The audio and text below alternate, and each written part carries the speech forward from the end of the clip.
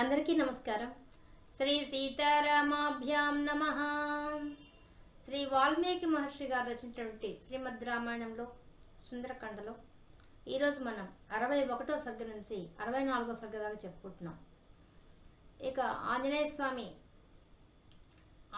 మాట్లాడిన మాటలకి అంగదుడు మనము ముందు సీతామాతను తీసుకొద్దాము అని చెప్పడంతో జాంబవంతుడు వచ్చి అలా చేయడం మంచి పద్ధతి కాదని, రాజధర్మం ప్రకారంగా అయితే, రాజనీతి శాస్త్రం ప్రకారం అయితే రాముని అనుగ్రహం లేకుండా మనం ఏమీ చేయడానికి లేదని, సుగ్రీవుడు మనకిచ్చిన ఆజ్ఞ ఏంటంటే దక్షిణ దిక్కు వెళ్ళి చూసి రమ్మని చెప్పారు తప్ప మనకి ఇంకేమీ అనుమతి ఇవ్వలేదని చెప్పడంతో అందరూ కలిసి ఆ జాంబవంతుడు చెప్పిన మాటకి ఏకగ్రీవంగా అందరూ ఆమోదించి అందరూ కలిసి ఇక ఆకాశంలో ఎగిరి ఆ మహేంద్ర పర్వతాన్ని వదిలేసేసి అందరూ ఒక్కసారిగా ఊకమ్మడిగా లేచి ఆకాశాన్ని అంతా కమ్మేశారట. వాళ్ళంతా వానర వీరులంతా అందరూ ఆంజనేయ స్వామిని చూస్తున్నారట.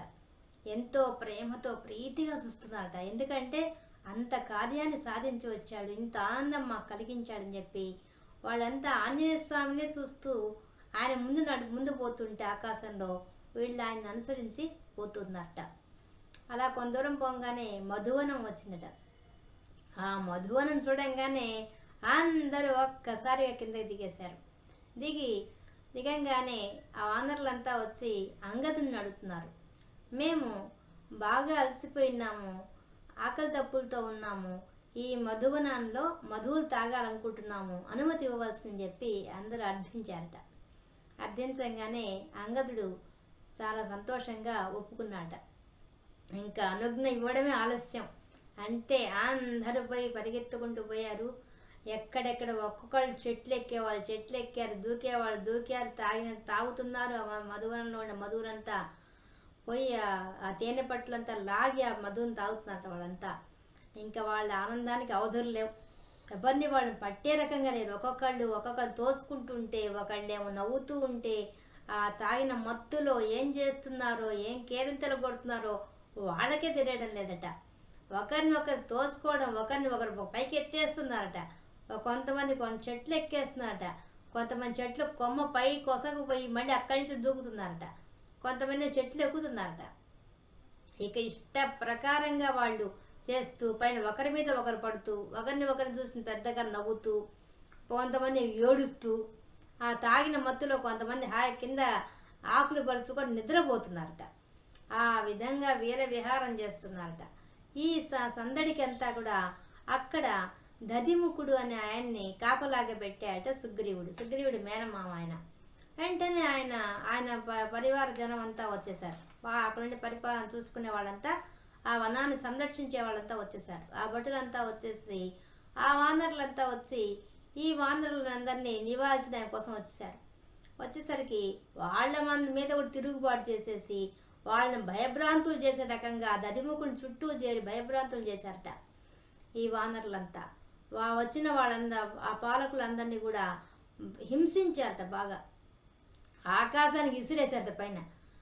వాళ్ళ దెబ్బకు తట్టుకోలేకపోయారట. వాళ్ళందరూ ముష్టిఘాతంతో కొడుతూ, వాళ్ళని కాళ్ళతో తంతు, చేతులతో తంతు, ఇష్టం వచ్చినట్టుగా ప్రవర్తించేశారట.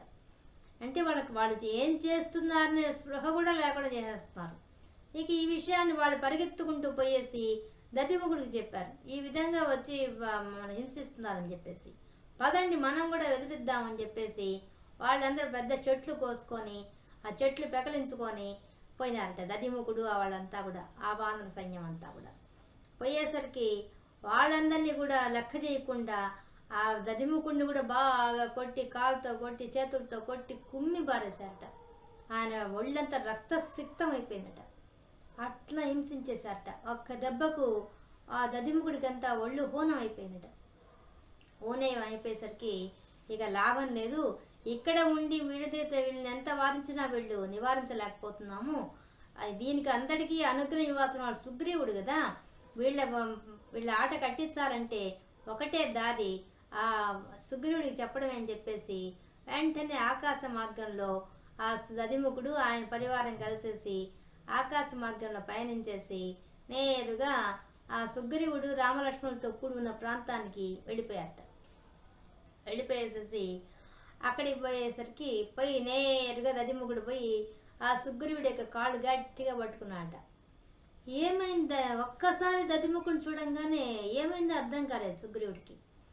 వెంటనే అడుగుతున్నాడు, ఏమైంది ఏమైంది మామ, ఎందుకు ఇలా ఉన్నారు మీరు, ఎందుకు నా కాళ్ళు పట్టుకుంటున్నాం వచ్చి, ఆ మధువనానికి ఏమన్నా ప్రమాదం వచ్చిందా, ఏమైంది అని అడుగుతామంట. అడిగినప్పుడు ఆయన చెప్పుకుంటూ వస్తాడు. ఏం చెప్పంటావు రాజా, వానర వీరులు అంగదుడితో కలిసిన వానర వీరులు అంతా వచ్చి ఆ మధువనాన్ని ధ్వంసం చేస్తున్నారు. అక్కడ వాళ్ళు ఆ మధువులు తాగడమే కాకుండా తాగినంత తాగి మిగతా అంతా పారబోస్తున్నారు. ఆ చెట్ల కొమ్మలను విరిచిపారేశారు, ఆ మధువనాన్ని అంతా ధ్వంసం చేసి పారేశారు వాళ్ళు. ఈ విధంగా చేస్తున్నారు వాళ్ళు. మేము నివారించడానికి కోసం పోతే మమ్మల్ని కానీ చావబోదారు.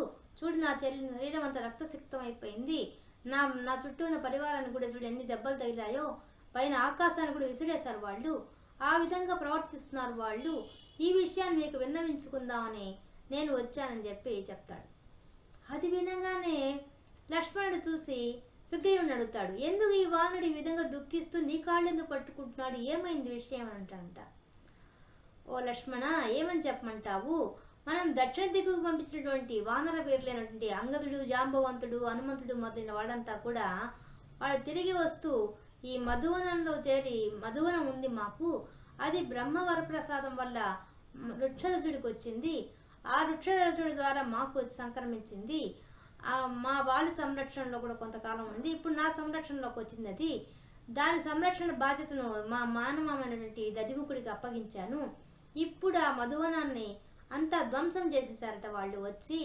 దీని బహుశా నాకు ఇప్పుడు అర్థమవుతున్నది, వాళ్ళు కార్యం సాధిస్తేనే ఇటువంటి ఘనకార్యం చేయడానికి ఒప్పుకొనుంటారు, సంకల్పించుంటారు. లేకపోతే అంగదుడు అంత ధైర్యంగా, ఆ వానరులకు అంత ధైర్యం లేదు, నా ఆజ్ఞ లేకుండా ఎవ్వరు దాంట్లో ప్రవేశించడానికి వీల్లేదు అసలు. అటువంటి దాంట్లో ప్రవేశించి వాళ్ళు వేరే విహారం చేస్తున్నారంటేనే తెలుస్తున్నారు మనకి వాళ్ళు కార్యం సాధించాలనే విషయం అర్థమవుతోంది. ఖచ్చితంగా ఈ కార్యాన్ని హనుమంతుడే సాధించి ఉంటాడు నాకు తెలిసి. వారందరిలోకి ప్రజ్ఞావంతుడు, ధైర్యవంతుడు, సమర్థుడు అయిన వాడు ఎవరైనా ఉన్నారంటే హనుమంతుడే. కాబట్టి ఈ కార్యం అని సాధించాడు, అందుకే వాళ్ళు ఆ విధంగా ప్రవర్తిస్తున్నారన్న విషయం నాకు అర్థమవుతున్నదని చెప్పేసి ఆ దదిముఖుడితో చెప్తాడనమాట.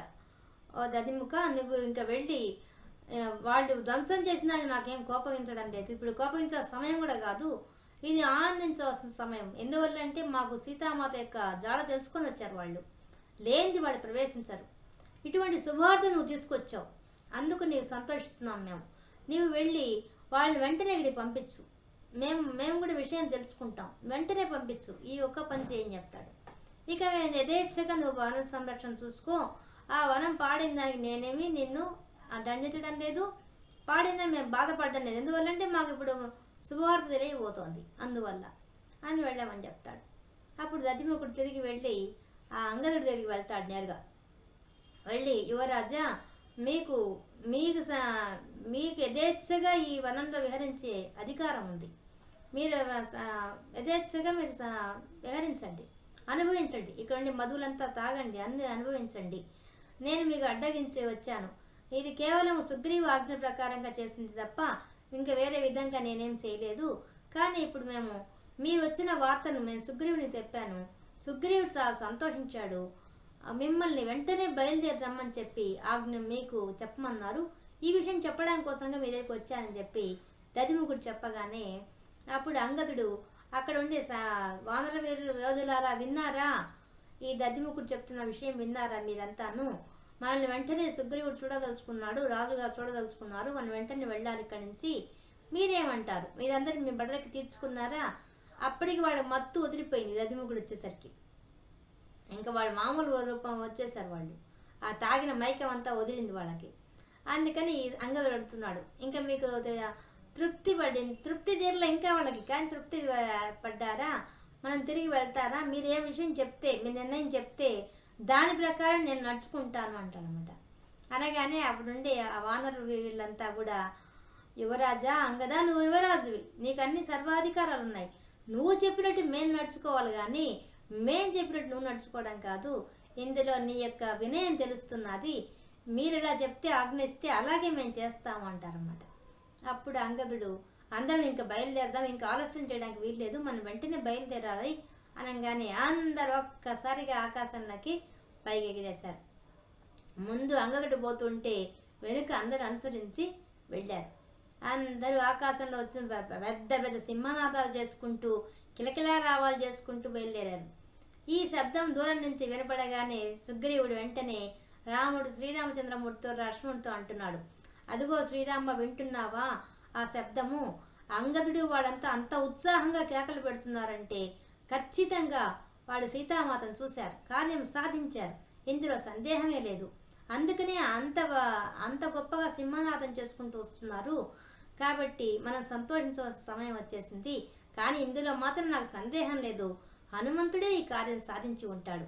లేనిది అంత సమర్థుడు అయిన వాడు ఎవరంటే వారిలో హనుమంతుడు ఒక్కడే. కాబట్టి హనుమంతుడే ఈ కార్యం సాధించి వచ్చుంటాడు, ఇందులో సందేహం లేని చెప్పి మళ్ళీ మళ్ళీ చెప్తున్నాడు. ఆనందం ఎక్కువైపోయింది ఆ సుగ్రీవుడికి. అంటూ ఉండగానే వాళ్ళందరూ ఆకాశం నుంచి వచ్చి ఎగిరి దూకి వచ్చి కిందికి వచ్చేసారు. వచ్చి రాగానే హనుమంతుడు సాష్టాంగ నమస్కారం చేశాడు శ్రీరామచంద్రమూర్తికి, రామలక్ష్మణులకి. చేయంగానే అప్పుడు సుగ్రీవ చూస్తూ ఉండగానే మళ్ళీ పైకి లేచి ఒకే ఒక మాట అన్నాడు ఆంజనేయ స్వామి, నేను సీతామాతను చూచాను, ఆమె సీతామాత క్షేమంగా ఉంది. ఈ రెండే, ఇంకెక్కువ మాట్లాడాలి, రెండే చెప్పాడు వెంటనే. అంటే ఎంత ఎదుటి వాళ్ళకి ఎంత ఆనందం కలిగించే వార్త చెప్పాలో, ఎలా మాట్లాడాలనేది మనం ఆంజనేయ స్వామి దగ్గర తెలుసుకోవాలి. ఇంత తీయగా మధురంగా మాట్లాడడం అంటే వాళ్ళకి ఏది ఆనందాన్ని కలిగిస్తుందో ఆ మాటే మాట్లాడాడు ఆయన. అది విధంగానే వాళ్ళకి ఇంకా ఆనందం అయిపోయింది. ఒక్కసారిగా సుగ్రీవుడు, రామలక్ష్మణుడు అందరూ కూడా ఆనందంతో ఆంజనేయ స్వామిని ఆపాద మస్తకం చూస్తూ ఉండిపోయారట. ఇక మాటలు రారా, వాళ్ళకి ఆనందం ఎక్కువైపోయింది. అసలు ఇంత శుభవార్తను తీసుకొచ్చాడని చెప్పి చూస్తూ ఉన్నారు అనడంతో ఈ 64వ సర్గ పూర్తయింది. మనం 65వ సర్గతో తిరిగి కలుసుకుందాం.